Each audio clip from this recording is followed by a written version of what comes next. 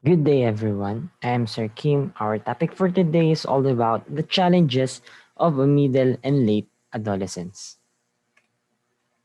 Yan.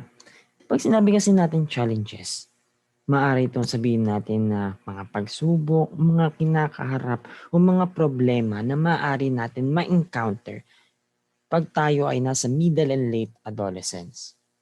Kaya halina't alamin natin ang iba't ibang mga challenges o mga pagsubok na meron during middle and late adolescence. Yan. Itong picture na ito ay naglalarawan ng mga problema noon saan nararamdaman ng late and middle adolescents. Yan. Isa-isahin natin.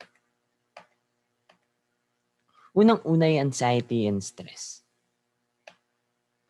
Adolescents in the middle late stage have a tendency to treat every worry as a big problem.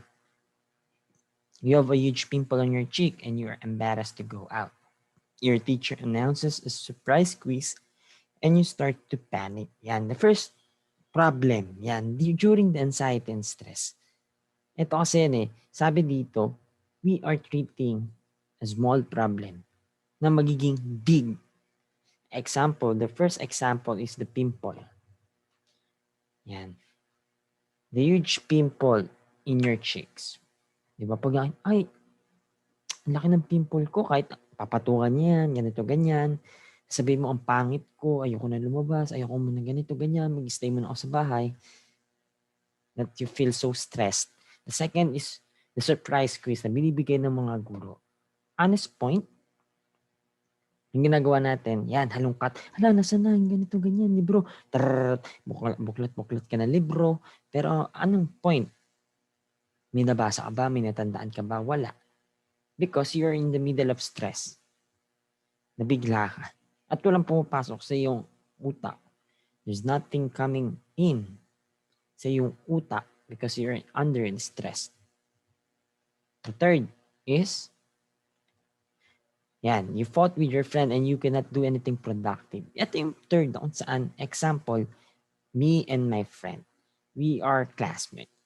At nasa isang grupo kami. And may task si teacher. Still, we cannot cooperate ng goods. Kasi, alam mo yun, may iniisip kami both in our back of our mind. We cannot focus sa task given of teacher. We cannot focus because we thinking yung nangyari sa amin, di ba? Yan. When these worries would not go away or they get worse over time and interfere with your daily life, this could be a sign that you are struggling with anxiety. Di ba? Pag ito nga ba, yung stress na yan, hindi nawawala, hindi umaalis sa iyong isipan. At talagang nakaaapekto sa bawat araw na dumaraan. Sa bawat araw, daily life natin. And it will be the sign na ito ay anxiety. Hindi ka makatulog, hindi ka makatrabaho, hindi ka makagalaw. That is anxiety. Yan. That is the first challenge. Sabi dito, if you keep thinking about negative things, it can lead to stress. That's correct. Problema na nga isipin pa natin. What if we think the positive way? We think the solution so that the negative or the stress that we have, we can eventually masolusyonan. Halimbawa, we are stressed about financially. And what are the process? We think the positive way. We must look for money, work for money, and after that, you can also pay out or pay the things that stressing you out, diba? It is normal for teenagers like you to worry about things, but take note, not all worries needs professional help. Yan pag sinabi natin professional help, and a psychiatrist, psychologist, more on mental health condition, kung saan sila yung nag-aral ng degree, may mga professions, may mga board, o di kaya, yan yung may mga practices na silang talagang kinasanayan na nila. Sabi dito, hindi naman natin kailangan ng professional help. It is normal. Daily life, we are facing stress, we are facing anxiety. Pero syempre, this is the first challenge. I hope that if you encounter this one, yan, the tips that binigay sa atin, we'll do that thing. The second, this is the illustration of the second. Yan. Halatang-halata naman. That is pressure in school. Young individuals like you today are under a lot of study pressure from both your parents, from both your teachers and your parents. Yan. You're expected to get good grades so that you can get into a good college or university. My example is, yun nga, you're pushing yourself. Gusto ko makatulong sa family ko so that I need to pass this one. Halimbawa, the UP, so that kinukulit nyo sa SEYAT, di ba?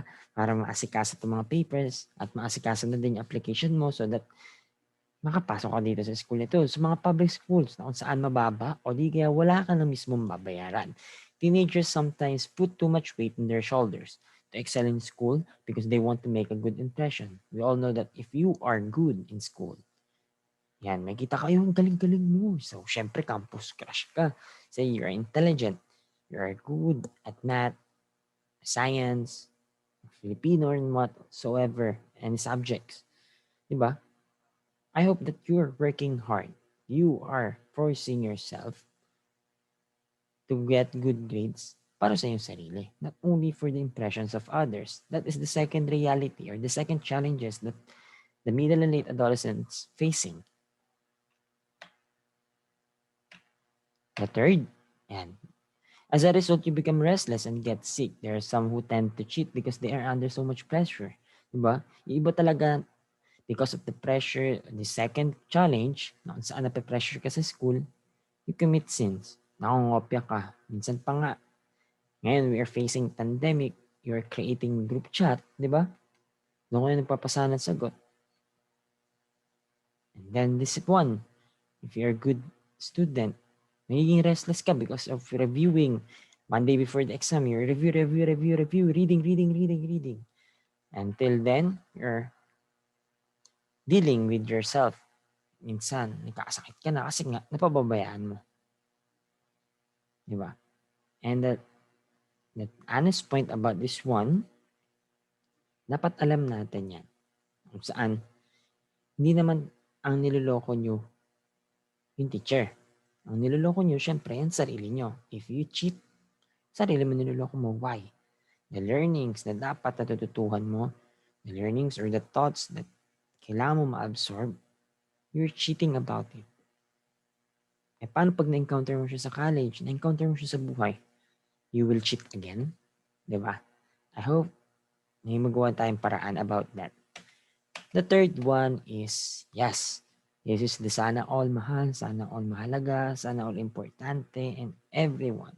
And the third is the pressure in the relationship.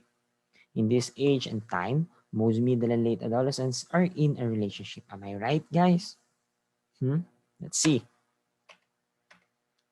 Some adolescents who are heartbroken and can get easily depressed, even to try commit suicide. Diba? Madalas ngayon, mga adolescents, in love na in love. Yan yung pinaka-term, in love. So much in love by their partners, girlfriend or boyfriend, or even though other sex. Diba? Be open to your parents. If you're in a relationship, they can help you overcome your sadness. Why? Kasi we are preventing the suicide cases. Diba? If you are open to your parents, bakit sa parents? Nakakaya, ganito, ganyan. Yes, parents yan. Maybe, napagdaanan na nila yung mga ganyan. At syempre, sila ang parents. Ang parents ay guardian. Ang guardian ay tagagabay. If you are open to them, they will guide you. They will help you about the problem or the challenges that you are facing right now. O di kaya, during your heartbroken times. Diba? Malay mo yung mga tips na yun at yung mga bagay na kinakaya mong tanungin, sabihin, ito pala yung makatutulong sa'yo to grow before you go to adulthood. Diba? Being in a relationship may also include a physical involvement with another person. Hindi na tayo magpapaligoy-ligoy. Ang sinasabi dito ay the sex or the unsafe sex and the sexually transmitted. The first one is unsafe sex. Yan. Madalas ginagawa ito ng mga adolescents, middleman or late adolescents. Why? Pwede din peer pressure because of the teens that they are telling you that, ganito na, naranasan ko na yan, ganito, ganyan. So ikaw, because of your curiosity, you're doing that same thing with your partner. But please take note. I hope that you remember these three. For boys, I hope that this one you will remember this one. The first one, if you wanted to do that thing, the first thing, you can carry this family. Kaya mo bang buhayin yung pamilyang mabubuo mo? The second one, kaya mo bang iwanan yung pagkabinata mo? You're playing basketball, computer games, cell phone always, and nothing doing house chores, and so on and so forth. Kayang-kaya mo ba yun?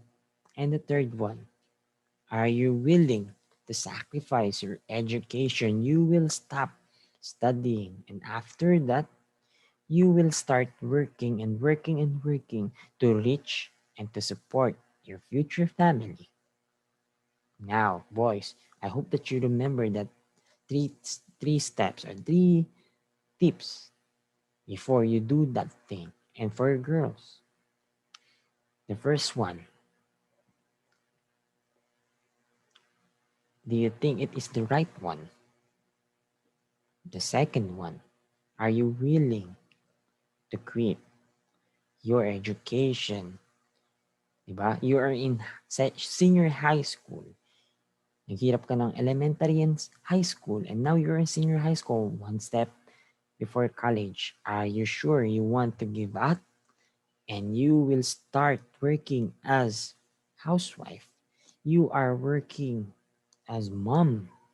You will never touch your phone for social media accounts so that you can post and you can buy makeup so that you can have this one, take this one to buy this one. And all you need to do is to support your child or your baby and your future family. And the third one, are you willing to stay at home to be the ilaw ng tahanan that will guide in your early age? Aalis ka na sa comfort zone mo with your family. Are you willing to do that in your early age, 16, 17, 18? See, before you do that thing, I hope that you remember the three tips. And please do remember, if your partner ay ginagawa to, hindi lang sa'yo, pati na rin sa iba't ibang tao, at iba't ibang partner niya, o di kaya mga naging ex niya. Sabihin na natin, friends, di ba? You can eventually having this sexually transmitted disease, the tulo or the HIV, so on and so forth. Are you sure you want to get that? Do you see? That is the third challenge or the third problem that are facing the youths of today. This is the fourth problem, the drinking and smoking. Teenagers may feel the need to smoke and drink because other people do it. Nakikita na nila sa ibang tao. The first is, they see their parents drink and smoke. As we all know that if we see, kung ano makita natin sa ating mga parents, ang iniisip natin, they are the role models. Sila yung mga tao na kung saan gumagawa ng tama. Diba? Yan na nasa utak natin diba? Siyempre, if they are doing the drinking and smoking daily or weekly, see, they can affect. Parang tinuturuan na tayo. In addition, the teenage social scene often revolves around drinking and smoking. Friends would urge one another to try a drink or smoke something. That is peer pressure. Yan. The peer pressure, syempre, yung pinipilit ka. Oh, kaibigan mo, halimbawa, ikaw bilang kaibigan, uy, pre, kami lahat nakainom na. Ikaw na lang din nakakainom. Shot mo na. Diba? Ganon siya sa mga bagay na ganon. They are forcing, di ba? Same as yan sa smoke. Yan. Since they are readily available and they see all their friends enjoying it, in their minds, they would see drinking and smoking as a part of the normal teenage experience. Yan. Mas nagiging normal na lang because marami ng mga kabataan na gumagawa. Are you sure you want to belong? Maging belong ka sa mga taong ganun. Smoke and drinking. Drinking na makaka-apekto sa iyong organs. Smoking na makaka-apekto sa iyong lungs. Do you want to suffer? And also, do you want to suffer yung mga tao, mga mahal mo sa buhay because you're smoking the secondhand smoke, as we know. Mas malala yun. Come to think of it, adolescents. The fifth one, and I hope that you're not doing this one, it is drugs. It is the common problem that most of the teens face today. They could be addicted to drugs due to a number of reasons. Mostly it is in the peer pressure. As always, the peer pressure, yung pagpipilit, para maging in sa grupo, para gusto ka namin, o para eto, ganyan-ganyan. That is one. If the parents don't have time for these kids, then the problem only becomes more serious. So do not blame your child if you catch him or her taking drugs. Give them the help and the support they need. I do not recommend about this one. Even though your parents are working hard, they are working hard for you to achieve your goals, to give the financial need. Because we all know the sense of this life. Kung gaano kahirap kumita ng pera at nais nila ibigay yung mga nais mo, yung mga bagay nila nais nilang ibigay sa'yo. Di ba? So, naglalak sila ng time. The care na hinahanap natin because they are our parents.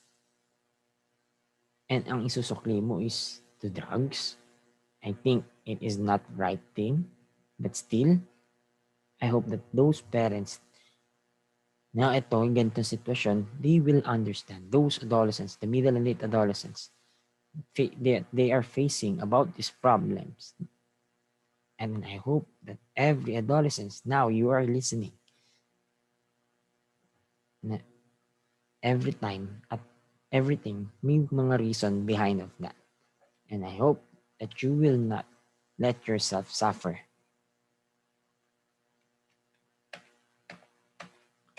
The sixth is the constant need to look good. Some of you may not be aware, but many people of your age today suffer from your outer physical image problem.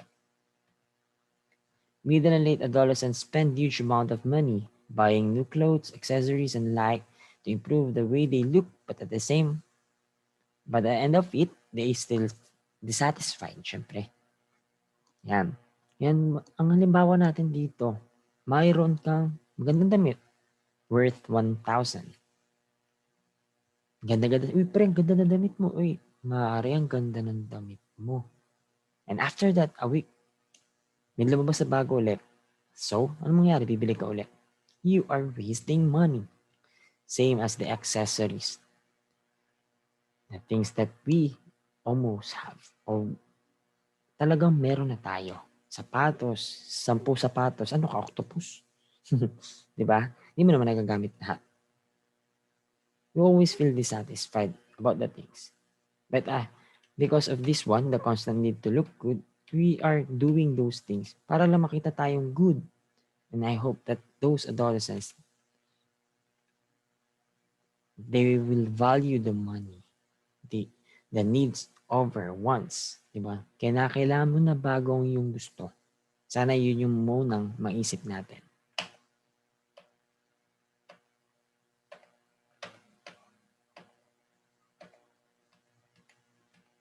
This The seven is eating disorder. Adolescents at this stage believe that being fat is hideous and attractive. Part of the need to look good is the amount of food that a teenager eats every day. Teenage girls fear getting fat. As a result, they do not eat at all. Because of this, some suffer from anemia and anorexia. Yan. Pag sabi natin anemia or anemic, low blood. Yan.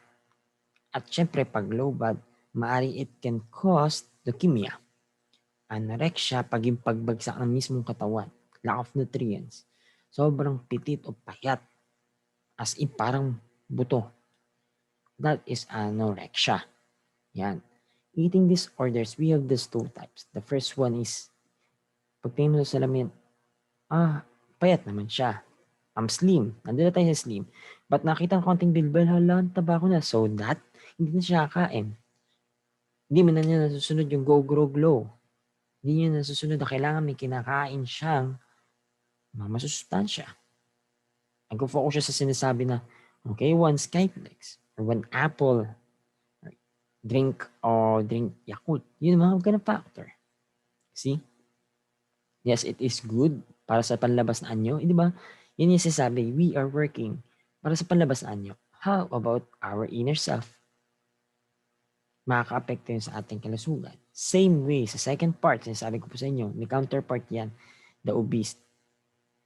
They're eating so much food. Alam na, obsessed tayo sa mga bagay na only wings, only samgyeopsal, only pasta, only pizza, only milk tea, and many more. Lahat ng only, trip na trip natin. Di ba? So that eating disorders, even though we are getting fat and fat and fat, hindi na tayo kasya sa tricycle, hindi na tayo makasakay ng public transportation, we can only use Grab or mag-arkila ng ganito. See, the eating disorder. And I hope you know the right thing, adolescents, right now. I'm facing and you're facing about these challenges.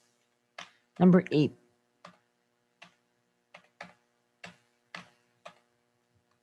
Addiction to social networks. Social networking has become a necessity in the life of teenagers. We all know that because we are facing pandemic, we are using social networks like this one, YouTube Messenger, to communicate with you so that you can know the Google Meeting link or so on and so forth, the announcements of teachers. When we wake up in the morning, the first thing that you do is to check your phone and browse through your Facebook account, and that's correct. Diba? But you only need to do is wake up, feel the presence of the Lord, and pray. And after that, we must fix. Alin? Yung higaan natin. Ligpit. Di ba? Yung mga bagay na dapat ginagawa tayo, hindi yung more on Facebook or more on ganito social media. You do not even sleep well because you are working up. Scroll, scroll, scroll, even in TikTok. You cannot even concentrate on your schoolwork and you suffer in all aspects of life because of this. See? It can affect your life. May pinapagawa si teacher ang deadline 8 p.m. and still, you are playing, scrolling, uploading, and dancing in TikTok. What is the sense of it? See, you're addict about the social media. Ano bang dulot nito sa atin? And come to think of it. Number 9 is this one. Uncertainty about the future. As teenagers, you're not sure as to what the future holds for you. That's correct. Karamihan sa atin, yan. As of now, we are facing this one, turning into college. Halimbawa, you are STEM, pero ang gusto mo talaga ay maging computer, engineering, o di kaya IT. Eh, dapat nag-PVL ka under the CSS, di ba? Computer System Servicing. Di ba? Or, you want to be nurse, pero nasa UMS ka. Pwede ba yon? Di ba? The uncertainty about the future, we doesn't know what the future holds. Pero yun nga, because of this uncertainty, nandiyan yung teacher natin to help us, to guide us, kung ano nga ba yung maaari natin tahakin. Kaya meron senior high school na makatutulong sa atin, okay, I feel this one. I love this one so that you can know. Di ba may NK na tinatawag. Nandoon kung ano yung mga bagay kung saan ka malakas, sa mathematics, pwede ka doon mag-engineering or mathematician. Pag you are good, spirituality, yung priest or pagmamadre, or magiging nun, di ba? Maraming mga bagay na makakapag-clear sa atin ng uncertainty natin about the future. Nandyan yung family, lalo na family, also our friends na maaari din natin matanong. Siyempre, friends na mapagkakatiwalaan, hindi yung pagtitripan ka lang sa mga bagay-bagay. Also, your teachers, you may also ask with them so that you can have the tips. Ano mga bagay. Kasi tatanungin ka niyan eh. The first one is the kakayanan. Ito bang family? Kaya nyo bang ganito, ganyan? Kasi tatanungin ka niyan, three options. Yung mga gusto mo course. Siyempre, ang sasaalang-alang, kakayanan ng family kung kaya ba tugunan yung tuition. The second one, kaya mo ba itong tapusin? Hindi ka ba dapat mag-stop o lilipat? Diba? Maraming factors na nakaka-affect for this uncertainty. And I hope that you will communicate with your parents and with your teachers and also with your friends so that you can come up with the best and the better solution for this future. Number 10. Ito is pinakalala sa number 1 natin, the depression. When you're generally worried about these things for no clear reason and you cannot relax, when you feel like giving up and you are having trouble sleeping, or simply you're behaving in ways that are not like you, and this goes on for most of the time or for more than 2 weeks, you could be heading towards depression, which can ruin your future if it becomes quite dangerous and painful for you. Sabi ko nga po sa inyo, kung stress and nasa first level, the second level is anxiety, I think it will be the last level of depression. If we are not relaxed, we are not okay, we cannot sleep more than days and more than weeks. Di ba? We can eventually thinking about those things na paulit-ulit, mas malala pa sa anxiety or stress. You're facing depression. Sabi ko nga po dito, kung may mga tao na nakararamdam nito, o di kaya may mga, o ikaw mismo na nakararamdam nito, ikaw bilang kaibigan, kung alam mo, yung friend mo yung nakakaramdam ng depression, I hope wala kang ibang gagawin is damayan lang siya. Because if you give tips, sinabi mo na ganito, hindi, dapat hindi ganito ginagawa mo, pre. Sis, di ba? See?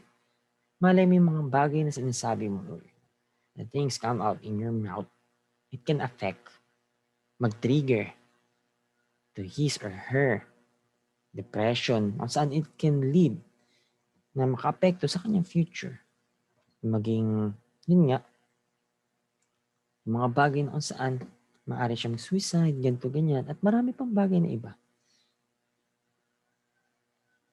The best thing na mga gagawa natin, damayan siya, and second one, payuhan siya na pumunta sa professional help, psychiatrist, psychologist, at may mga tao na mas may alam sa mental health condition. Okay? And that's all for today. I hope that you learn a lot from today. Bye-bye!